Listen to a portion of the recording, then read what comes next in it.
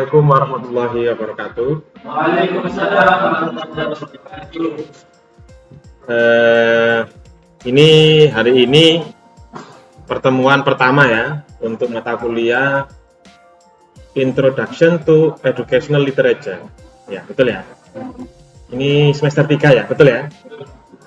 Sementara absensi kamu belum jadi saya harap nanti tulis saja tangan sama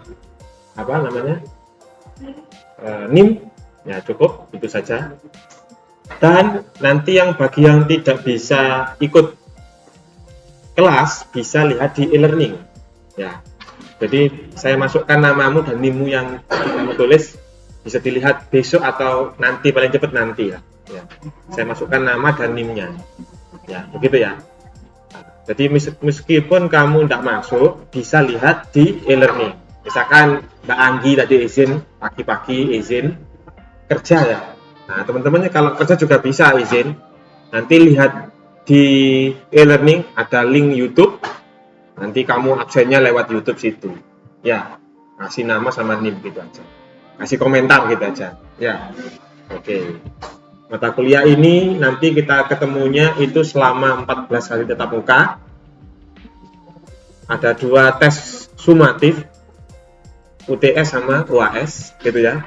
Sama tugas. Tugas itu berbentuk project ya. Mata kuliah ini tidak sama dengan mata kuliah lain karena mata kuliah ini mata kuliah sastra. Ya. Oh iya, saya lupa, saya belum memperkenalkan diri.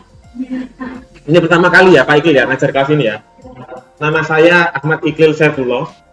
Ini juga saya sedang record. Kamu juga nanti saya record, mohon izin ya. Nanti kalau teman-teman satu hari kepingin malas semua gitu ya, janjian malas semua bisa. Nanti saya buatkan Google Meet. Kamu rebahan di rumah sambil Google Meet sama Pak Iqlil gitu ya. Yang penting santai, tidak usah terlalu kaku gitu ya. Karena sastra ini memang fungsinya untuk bisa agar kamu itu menjadi manusia. Sastra itu fungsinya agar kamu tidak jadi robot. Jadi nggak jadi itu mukamu nggak jadi Instagram. Kan kamu kebanyakan nonton ya AI, artificial intelligence itu tidak akan tergantikan. Orang sastra nggak bisa digantikan. Karena apa? Kreativitas itu penting, ide itu penting. Jadi AI itu tidak bisa memunculkan ide, tidak memunculkan kreativitas, hanya mengcopy kreativitas. Tapi untuk menciptakan kreativitas, ide itu karya seni gitu ya, itu nggak bisa. Menjiplak bisa, tapi kamu kan nggak jadi jiplak. Kalau ide itu bisa kan, original. Gitu. Misalkan Mas Adi gitu. Ada ditanyakan? Ada. Ini kontrak kuliah ya, saya harus bawahi hari ini kita kontrak kuliah. Jadi tidak usah terlalu tegang. Kalau ada unek-unek sebelum terjadi, sekarang itu punya ide apa, nanti mata kuliahnya di mana atau kapan, terus materinya kepingin seperti ini, silakan. Jadi hari ini itu namanya kontrak kuliah. Kontrak kuliah itu berarti kamu kontrak sama Pak Iqlil Teken, nanti nggak boleh kontrak itu nggak boleh dicederai. Meskipun kontrak itu sifatnya rentan ya, gampang dinodai begitu. Tapi saya anggap kamu sudah besar, jadi kamu bisa bertanggung jawab. Meskipun nanti kamu ikut Google Meet gitu ya, nggak masuk misalnya, tetap ada perlakuan khusus, ada tugas tambahan untuk mengganti kalau nggak masuk hari ini. Misalkan kamu nggak masuk hari ini, nggak apa-apa, tapi nanti di e-learning ingat ya, ada YouTube-nya, komen. Di e-learning nggak bisa komen, sayangnya gitu. Jadi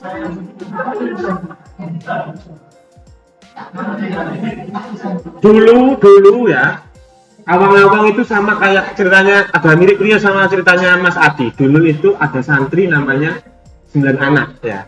9, kita kasih namanya lah, 9 anak. Santri yang ke-9, biasanya yang paling kecil ini sering dibully kakak-kakaknya, disuruh-suruh. Santri yang kecil itu ya, yang kecil paling newbie yang paling baru, pemula, disuruh-suruh sama teman kakaknya gitu ya, dibully lah gitu. Tapi sang kiai tahu kalau dia itu sering dibully, ya kasihan. Nah pada waktu itu, pada bulan musim-musim haji kemarin itu, sang kiai mau menghaji, dia mau pergi haji tapi naik kapal ya, sama 9 santrinya.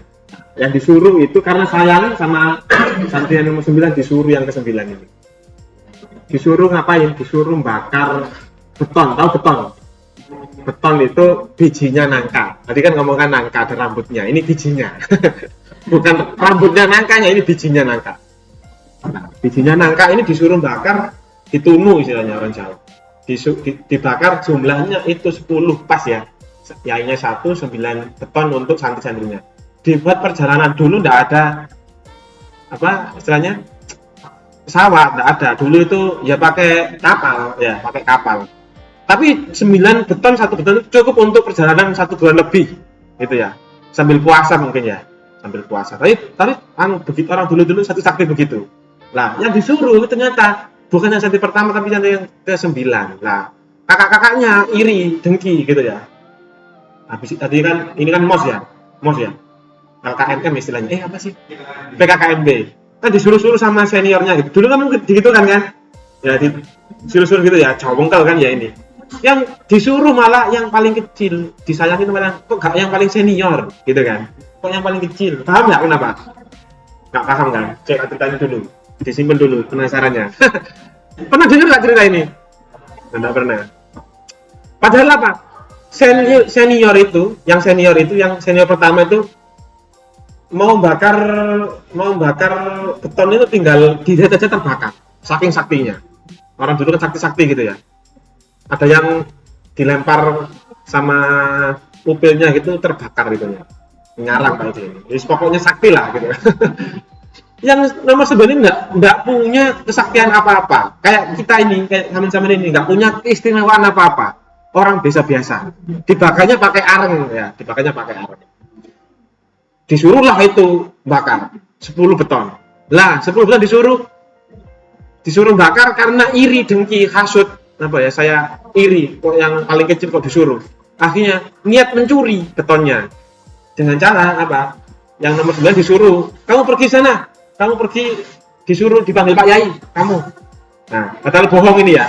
Nah, ketika ke Pak Yai, 10 beton ini diambil semua 9, ya tinggal satu untuk Pak Yainya. Yang 9 dimakan 1, 2, 3, 9 santri tadi. Pas ya, tinggal 1 ya. Nah, 1 beton ini kembali, loh, kok tinggal 1? Sedih. Tapi dalam hatinya, Pak Yai paling sayang saya ya. Wis gak apa wis, tak ngomong sama Pak Yai, paling gak dimarahin. Nah, ketika dibawa 1 beton ini ke Pak Yainya, dimarahin apa tidak? Ternyata dimarahin, dihabisin. Santinya tidak dimarahin begini. Oh, apa ya bahasa joroknya ya? Oh, apa? Ya Pak? Sensor lah, kan sakit ya. Kalau si Rojonggrang, siapa lagi?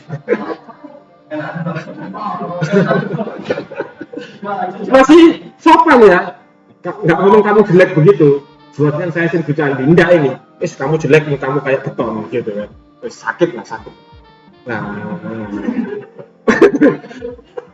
Lah, ini terngiang-ngiang sampai tidurnya dia. Terngiang-ngiang sampai berhari-hari. Makan itu nggak nafsu makan. Karena apa? Nasinya itu kayak beton semua. Terngiang-ngiang beton. Ini sang kiai sama 9 anaknya ini sudah berangkat. Tinggal 1 ini tinggal di awang-awang.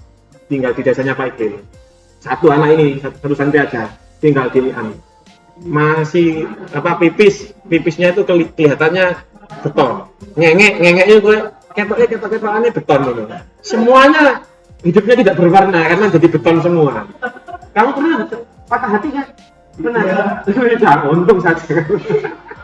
Kalau patah hati kayak gitu, kalau cinta kan kayak kucing jadi apa? Coklat, jadi kismis. Sama kamu kalau patah hati itu enggak selera makannya. Sama kayak santri ini, karena hubungan guru dengan muridnya itu begitu dekat ya, sayang ya tadi ya. Kamu kayak beton gitu, sakit ini. Ini berangkat, nah pada waktu itu kamu tahu awang-awang kan? Itu ada jembatan, ada sosro itu, ada jembatan besar itu ya. Dulu tuh jembatannya kecil, sungainya kecil juga. Namanya sungai kan enggak dalam seperti itu sudah ada sejarahnya. Dulu pada waktu zaman Majapahit tidak salah ya, atau zaman dahulu lah, banjir, ada apa erupsi atau banjir gitu bandang gitu ya, akhirnya menenggelamkan bawahnya karena yang tinggi kan padat selakat itu ya, tinggi ya, ke bawah kan banjir. Nah, orang-orang semuanya mengungsi kecuali satu ini ketiduran di pondok sendirian, nggak ada temannya, sendirian. Nah, bangun-bangun dia itu terkejut, loh kok banyak beton, apakah di surga begitu. Nah, canda. Dia itu terbang, orang-orang desa lihatnya dia itu terbang di atasnya banjir. Sang santri lihatnya itu kayaknya dia itu injak terbang, padahal udah banjir, itu banjir bandang kayak tsunami gitu. Nah, saking terlihat terngiang-ngiangnya beton itu, sampai akhirnya orang desa itu menyebut desanya itu namanya Awang-Awang karena dia itu ngawang gitu, kayak berjalan di atas air. Itu dulu judulnya seperti itu. Nah, cita-cita seperti ini penting ya. Tidak hanya kamu itu sastra itu sebagai alat untuk kamu sehari-hari, tapi untuk kamu itu lebih bisa memaknai gitu ya, sejarah masa lalu, sekarang dan akan datang. Itu sejarahnya biasanya Pak Ibu. Ada namanya santrinya, ada namanya di makam kan dekatnya jembatan situ, ada makam-makam gitu kan.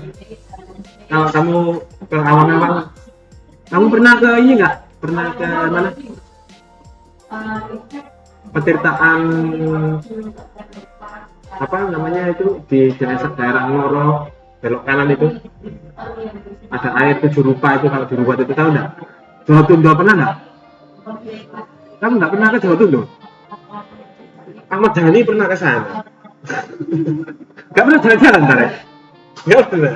Nah, tenang ya, nanti di kelas semester 5 atau semester 7 nggak salah ya, kakak kelas semua ada jalan-jalan ke Jawa Tunduk bareng-bareng gitu. Ya, nanti sabar dulu karena apa? Butuh praktek, butuh dengan alam. Sekarang masih intro. Tujuan mata kuliah kita itu seperti itu tadi. Itu perkenalan mata kuliahnya Pak Ikil. Sering cerita nanti Pak Ikil, mohon maaf ya, mohon dimaklumi. Kamu juga nanti sekali-kali juga bisa mengapresiasi itu memberi respon. Menurut kamu sebuah cerita karya sastra atau cerita pendek ataupun puisi atau cerpen gitu ya, menurut kamu bagaimana? Gitu. Nanti sampai akhir seperti itu, ada cerita atau novel atau puisi berbahasa Inggris, namun kamu apresiasi, begitu. Sama ketika nanti kamu juga jadi guru, kamu ngajarinya nanti jangan kamu kaku ya, kamu ceritani terus, jangan terlalu kaku. Ayo anak-anak buat puisi, misalkan begitu. Ayo keluar anak-anak ke mana nih, Taman Unin, kita melukis sambil membuat puisi, poetry painting misalkan. Nah, misalkan, ayo anak-anak jalan-jalan ke pasar rakyat misalkan, bawa fotonya kamu jepret. Foto itu kan berbicara, kan bercerita kan. Sama, foto itu memang karya seni, tapi jenis sastra itu bagian dari seni ya. Karya seni itu termasuk puisi. Lah, mereka juga bercerita, novel juga bercerita, lagu itu juga puisi kan. Mereka juga bercerita, semuanya bercerita. Uang itu kan kertas, kalau nggak ada nominalnya dia nggak akan bercerita kalau dia itu mahal. Sama, semuanya begitu. Nah, peninggalan zaman dahulu, batu misalkan, banyak yang berserakan kan ya, batu-batu itu ya. Tapi kalau ditimbun, ditaruh di museum jadi mahal. Batunya itu ada maknanya, ada ceritanya. Oh, batu ini pernah digenggam Raja Majapahit atau Wijaya misalkan, jadi mahal itu. Semuanya itu harus dimaknai, hidupmu biar berwarna. Kalau nggak ada ceritanya, hidupmu lama-lama eksistensi kamu hilang. Seolah-olah kamu itu meskipun banyak temannya seperti ini, seolah-olah nggak ada yang memahami, kamu sendirian, kesepian. Meskipun temannya banyak, itu kamuflase kamu biar kayak manusia saja, padahal bukan manusia. Tuh. Kita itu seperti itu. Semua itu harus punya apa ya, makna yang akan kita capai gitu ya. Bukan kalau sudah dewasa kan ini nggak diajarkan di sekolah ya. Mau jadi pilot itu cuman cita-cita agar kamu semangat belajar. Ya sekarang kan kamu bisa berpikir, apakah saya jadi pilot beneran? Iya pilot dengan istri-istrimu nanti mungkin iya, tapi kalau pilot beneran enggak. Ya. Kamu jangan terlalu banyak bermimpi ya. Kamu harus realistis. Boleh bermimpi tapi di dunia sastra saja. Yang lain kamu hadapi kenyataan itu dengan tercabik-cabik hatimu. Para sastra harus begitu, harus puitis begitu ya. Khairil Anwar itu begitu pernah buat puisinya gini. Puisinya begini. Ini buat orang-orang yang tidak peduli dengan temannya, ataupun orang yang sudah sukses, sudah kaya, tapi dia perjuangannya dengan cara yang tidak baik, kayak koruptor begitu ya. Itu ditulis besar setelah dia meninggal di bawah kolong jembatan biar banyak orang lihat itu, biar ingat gitu ya. Musiknya seperti ini, cuman 2 bait kok, mampus kau di koyak-koyak sepi, gitu aja. Satu bait ya, mampus kau di koyak-koyak sepi, mantap itu. Jadi tidak ada siksa yang paling menyedihkan daripada sepi. Misalnya kamu lihat itu orang meninggal itu menjerit ingin hidup lagi biar dia itu bisa hidup lagi. Karena apa? Dia itu di dalam kubur itu sendirian, ada yang menemani. Ya ini, apalagi amal-amal ibadahnya cuma sedikit. Ini kok jadi kayak kuliah subuh ya? Tidak, ini contoh kesepian itu hal yang paling menyakitkan. Gitu. Kalau kamu mungkin sakit panas mungkin ya, atau sakit demam gitu ya, mungkin tidak enak makan tapi di situ tapi kan sembuh kan. Tapi kalau sepi, kamu nggak tahu orang di kuburan itu loh, nggak tahu sampai kiamat nanti kapan, nggak pasti gitu. Itu kan menyakitkan ya. Iya. Makanya mampus kau di koyak-koyak sepi. Orang-orang koruptor itu enaknya sesaat, tapi setelah itu hampa. Kehampaan itu yang bikin dia tuh bunuh diri. Kehampaan itu yang bikin dia tidak jadi eksis. Kamu bersyukur ya jadi mahasiswa, kamu harus punya nalar yang kritis seperti itu. Sampai kamu tanyakan, misalkan mata kuliah ini, apa ya pentingnya kita belajar sastra gitu ya, atau literasi sama ya. Sastra sekarang bentuknya literasi bertransformasi sama. Literasi bahasa Inggrisnya kan literature, sama kan? Sama. Beda sedikit aja. Ada asinya itu kan berarti kan ada gerakan.